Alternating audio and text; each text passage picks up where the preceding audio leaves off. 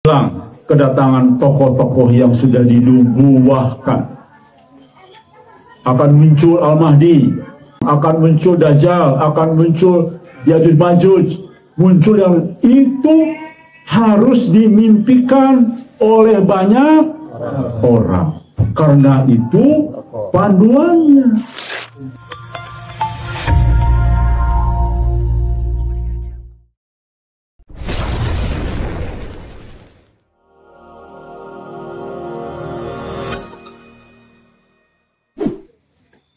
Perbandingan kualitas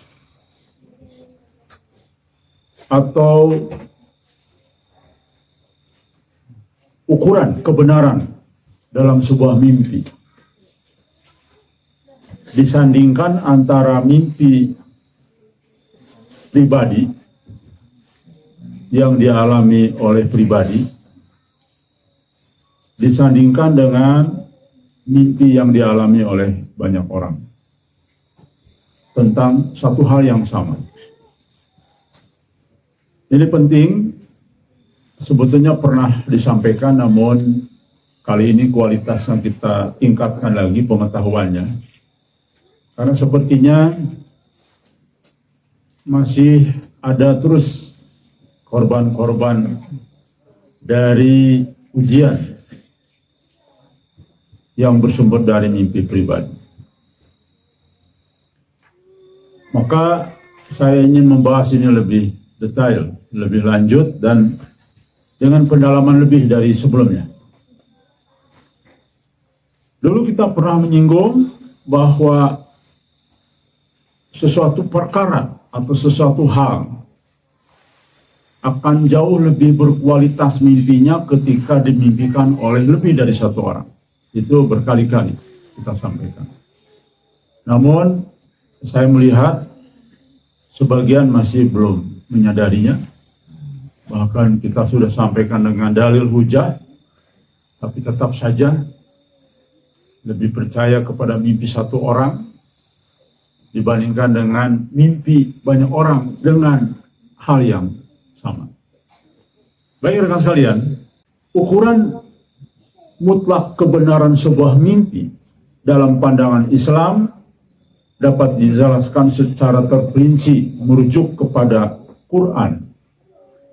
Sekali lagi, ini banyak sekali yang lalai. Hampir semua, mohon maaf nih, banyaklah yang lalai melihat mimpi tanpa rujukan Quran. Ini celakanya di situ. Lebih kepada hawa nafsu. Makanya alhamdulillah saya bersyukur sekali. Saya tidak banyak diberikan mimpi. Hanya beberapa, 4 atau 3, 4 lah ya. Mimpi yang begitu jelas. Sampai sekarang saya ingat. Tapi itu pun menyangkut hal-hal yang lebih kepada bukan pokok yang terpenting. Sehingga alhamdulillah saya tidak perlu berbangga dengan mimpi.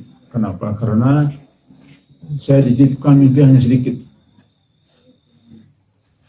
Karena kelalaian kita pada umumnya, mimpi itu tidak dirujukan kepada Quran, kepada hadis baginda Nabi Muhammad SAW dan ulama klasik atau ulama besar di zamannya para sahabat tabi'in. Ini celakanya di sini. Lebih mengedepankan hawa nafsu. Ketika sebuah mimpi tidak disandingkan dengan Quran dan hadis, yang timbul adalah hawa nafsu. Sebaik apapun dia, sesoleh apapun dia, selembut apapun bicaranya, tapi tidak disandingkan, dirujukan kepada Quran, inilah kecelakaan yang terjadi. Rekan sekalian, baik, kita kita bahas satu persatu. Di dalam banyak contoh mimpi dalam Al-Quran yang dibicarakan kan Nabi Ibrahim alaihissalam. Di dalam surat Safat ayat 102, di mana jelas bahwa Nabi Ibrahim tak kalah anak itu ya, pada umur tertentu berusaha bersama-sama Ibrahim. Ibrahim berkata, wahai anakku, anaknya, sesungguhnya aku melihat dalam mimpi bahwa aku menyembelihmu, maka pikirkanlah apa pendapatmu. Jadi menggambarkan anaknya masih kecil. Rekan sekalian, para ulama sepakat bahwa mimpi para nabi adalah wahyu, pasti benar, tanpa ragu. Bahkan mimpi tadi tidak perlu ditakwilkan. Kualitas mimpi seorang nabi pasti benar, bahkan tidak perlu ditakwilkan. Contoh tadi, betul-betul disembelih kan. Kemudian ada mimpi nabi, tapi harus ditakwilkan. Tapi itu tetap mengandung kualitas pasti benar, karena wahyu. Di dalam surat Yusuf ayat 4, ingatlah ketika Yusuf berkata kepada ayahnya, wahai ayahku, sesungguhnya aku bermimpi melihat 11 bintang, matahari dan bulan. Kulihat semuanya sujud kepadaku. Ini jelas mimpi seorang nabi. Calon seorang nabi ya, belum waktu itu. Maka simbol-simbol ini menjadi benar dan perlu penakwilan. Siapa yang menakwilkan? Nabi, ayahnya, ya kan? Jadi dia ngadu kepada ayahnya. Maka ayahnya paham. Maka disuruhlah Nabi Yusuf jangan bicara ke siapa-siapa, apalagi kepada saudara-saudaranya, jangan. Nabi paham, Nabi Ibrahim paham, harus ditakwilkan ini. Jadi artinya apa? Kalau yang menakwilkan seorang nabi pasti jadi benar, karena Nabi tahu bahwa ini mimpi dari Allah. Jadi pertama tadi, mimpi seorang nabi tidak perlu ditakwilkan pun sudah pasti benar. Yang kedua adalah ketika calon nabi masih kecil lalu bermimpi dan yang menakwilkan seorang nabi sudah pasti benar apa yang terjadi. Terbukti kan benar Nabi Yusuf menjadi seorang nabi. Yang berikutnya, jelas ya, dua hal yang berbeda. Tetapi jangan lupa kualitas nabi. Kita bukan nabi nih. Kita bukan rasul. Bahkan kita bukan Al-Mahdi. Jadi harus hati-hati. Tanda ukuran mimpi yang benar, penjelasan dari kitab ulama. Imam Ibnu Qayyim menjelaskan dalam kitabnya bahwa mimpi memiliki ciri-ciri yang benar. Apa itu? Datang saat kondisi hati tenang, bersih pikirannya, dan dalam keadaan jujur. Jadi ketika kita sedang dalam keadaan tidak jujur nih, contohlah, saya pribadi menyaksikan bagaimana Al-Mahdi saat itu sedang marah-marah karena kecewa dalam alam pikirannya, bukan kecewa dalam konteks kebenaran dari Allah, marah-marah. Dan aneh marah-marahnya. Kok jadi curiga? Masa Allah tidak tahu kita ngapain? Berarti ini bunga tidur. Makanya saya katakan ke Prof. Nandan, ke Dr. Jaya kalau tidak salah. Apa kedua-duanya ya? Saya yakin ini bunga tidur dari Muhammad Qasim. Dan ternyata betul. Setelah tahu dalil-dalilnya, Masya Allah. Yang pasti benar adalah mimpi Nabi. Yang lainnya bisa disusupi oleh setan. Yang lainnya termasuk Al-Mahdi. Dan terbukti saya bisa membuktikan fakta itu. Berkali-kali ada hal yang tidak masuk akal dari mimpi Muhammad Qasim. Karena dalam keadaan marah. Maka mimpinya pun marah-marah. Loh, kok Allah marah-marah nih? Ini seperti mimpi ruqyah ya. Siapa? Ruqayyah. Allah kok marah-marah melulu gitu. Padahal dalam mimpi Muhammad Qasim, Allah itu sebandal-bandalnya kita. Coba ya, menegur Qasim dengan keadaan lemah lembut. Itulah kehebatan Allah yang tidak terjangkau oleh pikiran kita. Bagaimana mungkin kita bandel, nakal, tukang mabok, tukang apapun, tapi Allah meminta kembali kepada kita. Ayo kembali kepada Allah dengan suara lembut. Itulah mahanya Allah, baru itu Allah ya. Tapi kalau ada nafsu, itu bukan Allah namanya. Maka saya belajar dari pengalaman, dikaitkan sekarang dengan kitab. Masya Allah benar. Yang dijamin kualitas mimpi adalah wahyu hanya seorang nabi. Selebihnya sangat mungkin. Apalagi kita bukan siapa-siapa. Ya, jangan lupa itu. Catat. Yang kedua, bagaimana kualitas mimpi dengan ciri-ciri yang benar menurut para alim ulama? Tadi kan saya hanya kutip satu ya, karena agak panjang nih, supaya mudah-mudahan satu kali kajian. Yang kedua, tidak berasal dari kesibukan pikiran dan tekanan jiwa. Kalau misalkan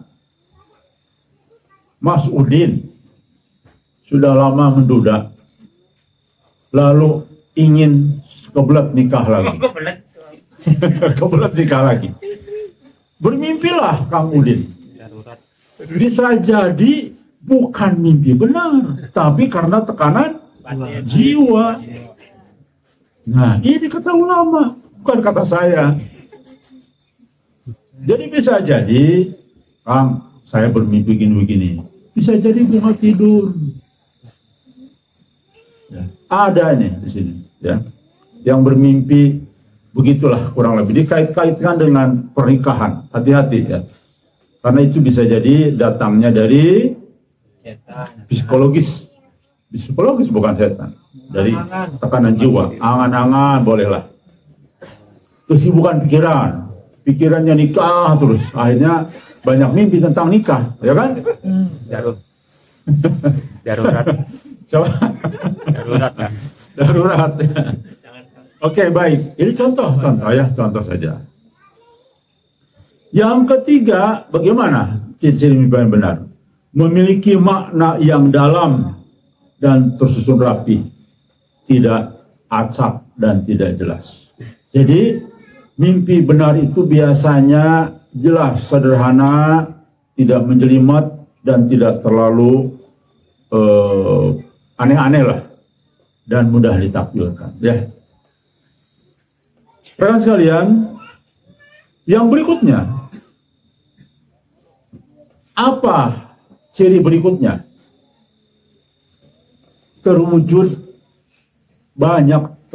Banyak terjadi mimpinya sesuai dengan apa yang dimimpikan. Nah, itu adalah bukti mimpi benar.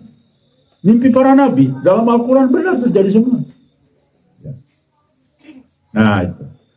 Kemudian yang terakhir, dirasakan oleh hati sebagai sesuatu yang bercahaya dan penuh keyakinan, bukan ragu. Kalau kita masih ragu-ragu, kadang-kadang ragu-ragu, itu perlu dipertanyakan. Ada rasa was-was. Contohlah, saya akan jadi tokoh besar nanti nih. Tapi ada was-was. Iya, mungkin nggak sih? Ah, masa sih?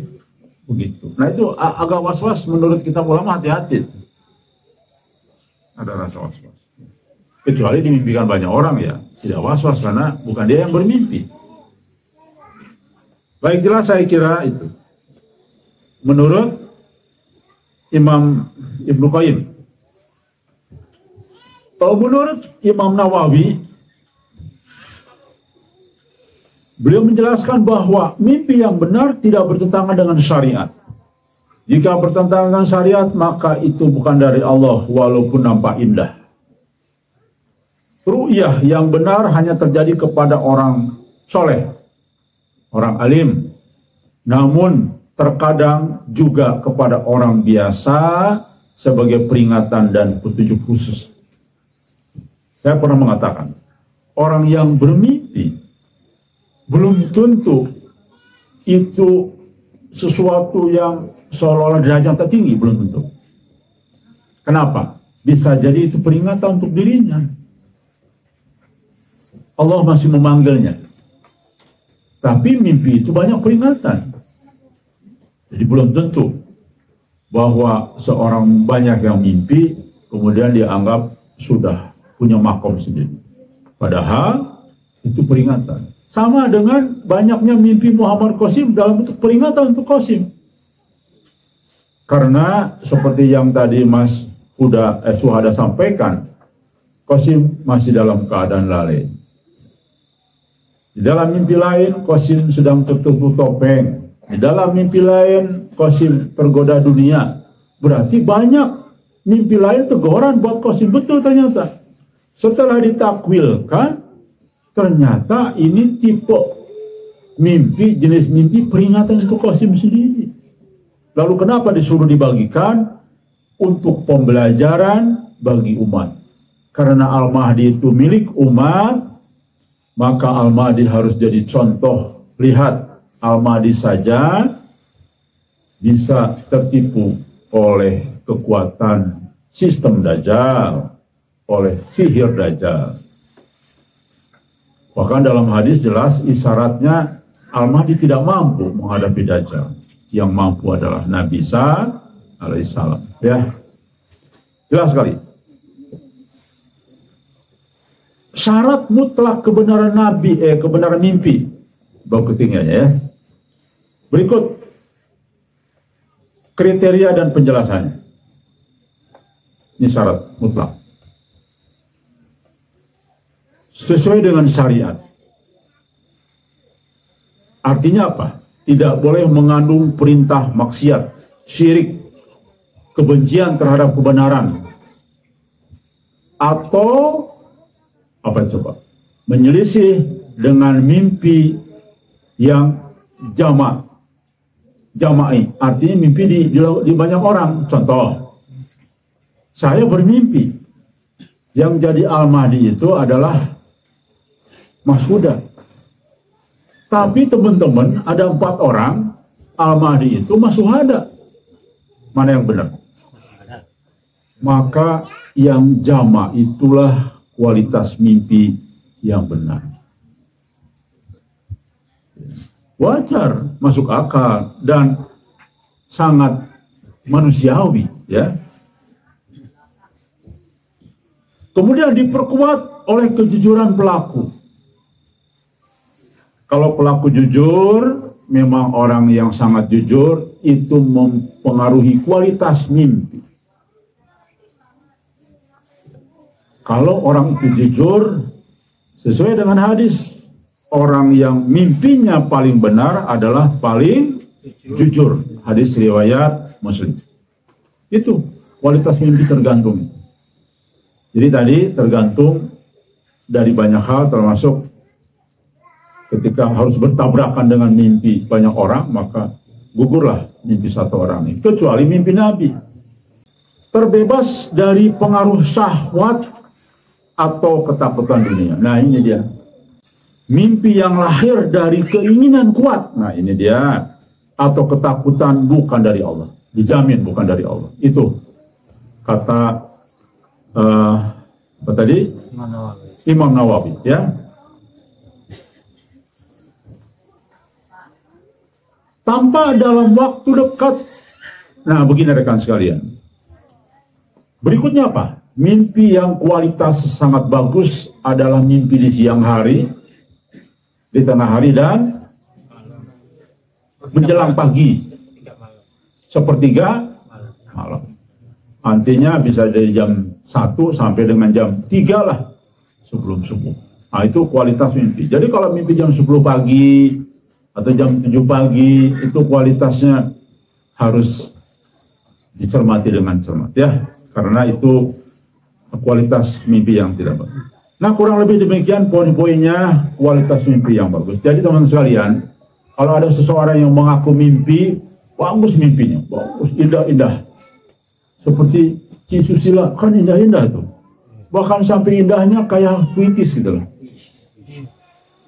Ya kan kayak puisi mimpinya. Tapi sendirian. Dan tidak ada yang memimpikan lain bahwa itu adalah kebenaran. Rekan sekalian, bab kedua.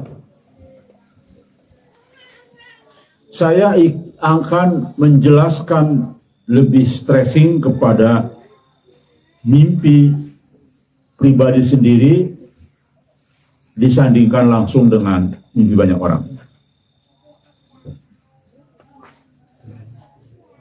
Memang secara eksplisit jarang dibahas oleh ulama-ulama klasik terdahulu. Tapi secara implisit dibicarakan oleh sebagian ulama dan tokoh-tokoh agama. Ya. Khususnya dalam konteks ru'yah shadiqah dan fenomena ru'yah mimpi dari antar individu. Yang pertama, prinsip dasar dulu. Mimpi yang sama dialami banyak orang. Dalam berbagai riwayat dan pendapat ulama, mimpi yang sama dialami oleh banyak orang menguatkan sebuah kebenaran. Jadi, kalau sebuah mimpi dimimpikan oleh banyak, isi mimpinya sama, hampir sama, beririsan, maka ini saling menguatkan. Tapi bukan berarti mimpi pribadi tidak kuat, bukan. Nanti saya jelaskan bagaimana mimpi pribadi yang kuat selain dari Nabi, ya. Imam Ibnu Qayyim dan beberapa ulama ya di dalam banyak kitab mengatakan bahwa ketika satu isyarat langit diturunkan ke banyak jiwa yang suci, maksudnya jujur, maka ini adalah sebuah ayat, bahkan disebut ayat oleh para ulama, ayat Allah yang sedang diberi makna lewat ruhani umat. Jadi wahyu betul, tapi wahyu kecil atau ru'yah shadiqah. Jadi kualitas ru'yah shadiqah itu ketika dimimpikan oleh banyak orang yang isi mimpinya bab yang sama, maka itu sudah termasuk ru'yah shadiqah. Tapi kalau mimpi sendiri harus diseleksi lagi, harus dikaji lagi. Apakah orang ini dalam keadaan yang berhayal-hayal? Waduh, kalau sekarang percaya dengan Muhammad Qasim, kayaknya saya nanti bisa jadi panglimanya. Wah, saya kalau jadi mendukung Qasim, saya ingin jadi pembantunya yang utama. Pokoknya berhayal sebelum tidur. Bisa jadi mimpinya bagus, indah, tapi kualitasnya campur dengan keinginan. Tapi kalau dimimpikan oleh banyak orang tersaring, karena tidak semua orang berpikir yang sama. Itulah isyarat dari Allah, dimimpikan banyak orang jauh lebih otoritatif. Muhammad bin Al-Maliki menyinggung ya di dalam sebuah kitabnya tentang fenomena mimpi kolektif menjelang munculnya sosok besar di akhir zaman. Sosok-sosok besar walaupun positif dan negatif. Sosok besar positif Al-Mahdi, sosok besar negatif Dajjal. Beliau mengatakan itu. Intinya bahwa akan banyak dimimpikan orang. Artinya apa? Dari dua kitab, dua pendapat ulama tadi, ketika mimpi benar berasal dari sumber langit, ilham atau mubasyirat, maka ia bisa diturunkan ke banyak hati yang bersih, jujur, secara serentak maupun berbeda waktu. Contoh yang serentak kejadian di mana? Mimpi apa? Di Palestina, betul. Satu malam yang sama, bayangkan. 7 pemuda memimpikan bahwa yang akan membebaskan mereka adalah wajah-wajah orang Indonesia. Nah, ini kebenaran yang insya Allah jauh lebih benar, ya, maupun tidak serempak, tapi objeknya sama. Boleh. Maka sebagai apa maksud Allah menurunkan mimpi ke banyak orang? Sebagai bentuk penguat dan kesaksian kolektif ruhani. Tuh. Itu kata kita ulama, ya. Maka rekan sekalian yang sekarang langsung percaya begitu saja dengan mimpi-mimpi indah-indah, banyaklah sudah. Kita kan juga sudah banyak menghantam yang aneh-aneh, baik rukaya atau siapapun lah. Hati-hati. Termasuk mimpi masalah Qasim kan bagus. Ya. Tetapi hanya pribadi dia. Dan itu bisa jadi ujian. Kalau kita tidak bisa mengelola hati, menjaga hati, menafsirkan dengan benar, maka kita akan terperosok kepada kekeliruan. Mungkin dulu kita ingat, ada mimpinya Mirza Ghulam Ahmad. Barangkali awal-awalnya Mirza Ghulam Ahmad dikasih mimpi yang benar. Tapi pengikutnya, tim horenya mengangkat berlebihan. Sehingga akhirnya besar kepala, kemudian dikasih mimpi susupan-susupan dari setan, dan bunga tidur akhirnya bercampur dengan kebatilan. Makanya hati-hati, kalau mimpi pribadi itu hati-hati sekali. Ini apalagi akan berjatuhan kurban-kurban lagi nih. Bukan kurban Idul Adha. Kalau itu mending korban ini. Dan sudah ada yang korban ini, ya, di antara kita dengan mimpi pribadi. Hati-hati, hati-hati sekali, ya. Jangan terbuai dengan mimpi yang indah, sebab bisa jadi ujian. Apalagi dikait-kaitkan dengan nafsunya yang sudah cita-cita lama, Masudin ingin nikah, maka dikait-kaitkan. Ini lebih cilaka lagi, ya. Hati-hati nih. Ada unsur nafsu berarti. Jelas tadi kata ulama, kalau ada unsur nafsu, maka itu adalah mimpi-mimpi yang akhirnya bisa jadi gagal, atau bahkan berantakan, atau bahkan itu bagian dari jebakan, ya. Rekan sekalian, pertanyaan berikutnya, apakah ada level kualitas berdasarkan jumlah orang yang mengalami mimpi? Kualitas, ya, level. Apakah ada levelnya nggak? Kalau tadi kan kualitasnya bagus, mimpi yang dialami banyak orang tentu lebih bisa dipercaya daripada mimpi satu orang. Mimpi satu orang rawan dibisiki oleh mimpi keinginan pribadi atau setan. Tapi kalau banyak orang, lebih sulit setan untuk menerobos semua orang, ya. Jawabannya ternyata ada, rekan sekalian. Kita lihat ini.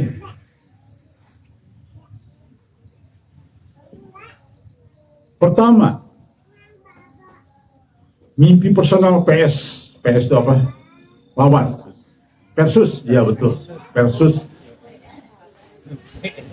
PS. Nanti PS main game lagi. Versus. Mimpi personal dengan versus mimpi jama'i. Oh, saya udah mulai keren nih, jama'i. Belajar bahasa Arab nih.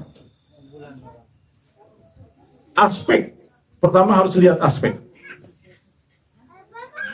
Ada yang kita bisa nilai dari 4 aspek ternyata. Pertama, aspek potensi kebenaran. Yang kedua, aspek gangguan. Yang ketiga, aspek nilai isyarat. Dan yang keempat, aspek status. Ya, kita bisa lihat. Mimpi satu orang, bagaimana dengan aspek potensi kebenaran? Bisa benar jika perilaku sedang dalam keadaan soleh, jujur, tidak punya kepentingan apa-apa, tidak bercampur dengan hawa nafsu. dan tidak bercampur dengan hayalan pribadinya. Ya. Bisa benar.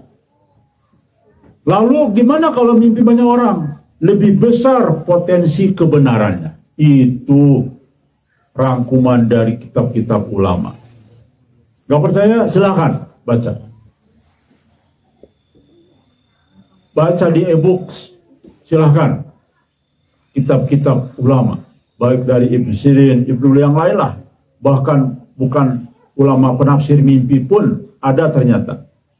Kemudian yang kedua, lihat potensi gangguannya. Jadi tadi potensi kebenaran, yang kedua potensi gangguan. Kalau mimpi sendiri, kata kitab-kitab, rentan terkontaminasi nafs. Nafsu apa? Nafsu. Hayalan atau nafsu terkontimana.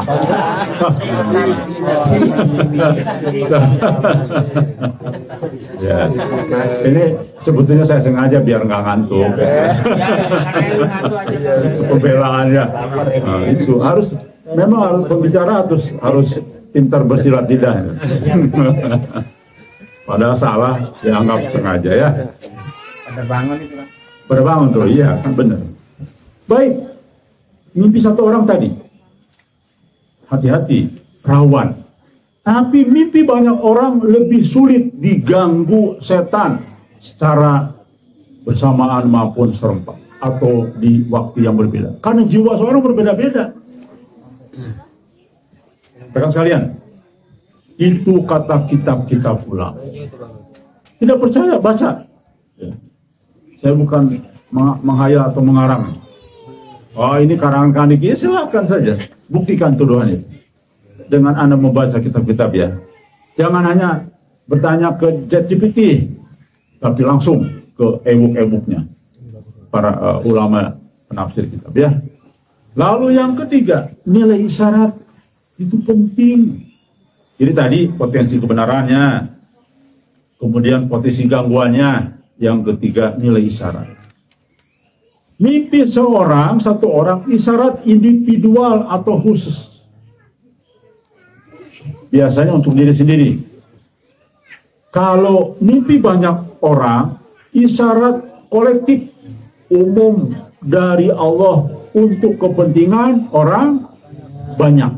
Nah, ini dia. Bedanya di situ. Tentang Al-Mahdi dimimpikan banyak orang. Tuh, Muhammad Qasim kan dimimpikan banyak orang. Berarti betul. Artinya punya nilai kepentingan umat banyak. Dan berarti dijamin kebenaran itu. Kenapa? Banyak dimimpikan orang lain. Ada lagi lah orang lain yang juga dimimpikan oleh banyak. Nah, lihat ciri-cirinya ya. Nih, lihat. Mimpi yang dimimpikan oleh seseorang, satu orang, menurut kitab-kitab ulama, lemah jika tanpa penguat yang lain. Lemah loh, hati-hati. Ulama menilai itu, ya. Lemah bukan berarti belum tentu benar, artinya harus dicari faktor-faktor lain. Ya. Ini orang lagi kebelet sesuatu enggak, ya? Ini orang lagi gimana, gitu ya? Itu harus dilihat. Atau orang berhayal nggak tentang sesuatu hal. Contohlah, mari kita introspeksi. Tadi, ketika saya mendukung Qasim, waduh, jangan-jangan saya nanti jadi panglima. Aduh, ketika saya kalau benar Muhammad Qasim mau Mahdi, maka saya mungkin jadi wali kota. Jadi gubernur. Waduh, jadi apa? Nah, itu dia. Silakan tanya kepada masing-masing pribadi, kan yang tahu masing-masing hati pribadi masing-masing. Kalau teman-teman bermimpi bagus, tapi sudah berhayal, nah, setan masuk. Ya kamu, dikasih mimpilah sama setan, yang bagus-bagus. Ditahwilkan bagus. Tapi perilakunya bertentangan dengan orang soleh. Disuruh tahajud, jarang tahajud. Disuruh berjamaah, Senin Kemis berjamaah. Silahkan cari orang itu di sini. Ya, hati-hati dengan mimpinya. Saya tegaskan, hati-hati dengan mimpi. Karena itu sudah bisa merusak orang lain yang tujuannya benar. Bisa jadi belok karena tercampur hawa nafsu. Hati-hati ya. Saya tegas saja, harus. Karena kasihan. Saya kasihan kepada orang-orang yang nanti terjebak. Lemah tuh kata ulama. Tapi lihat, dimimpikan oleh banyak orang lebih kuat sebagai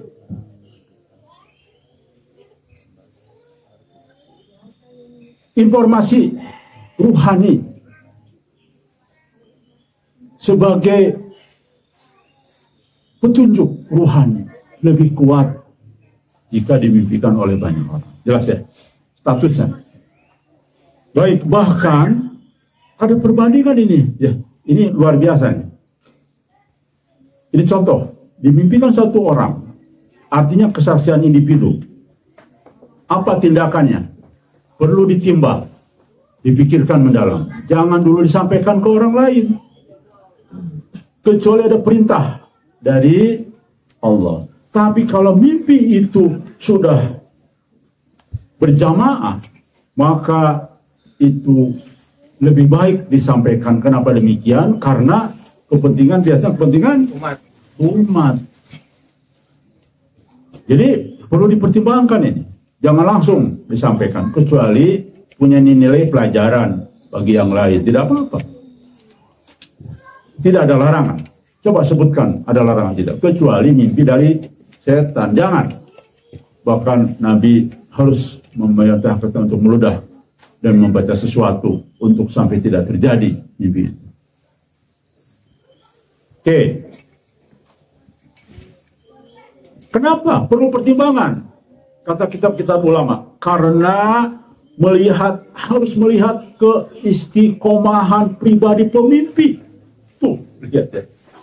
Benar analisa kita sejak awal.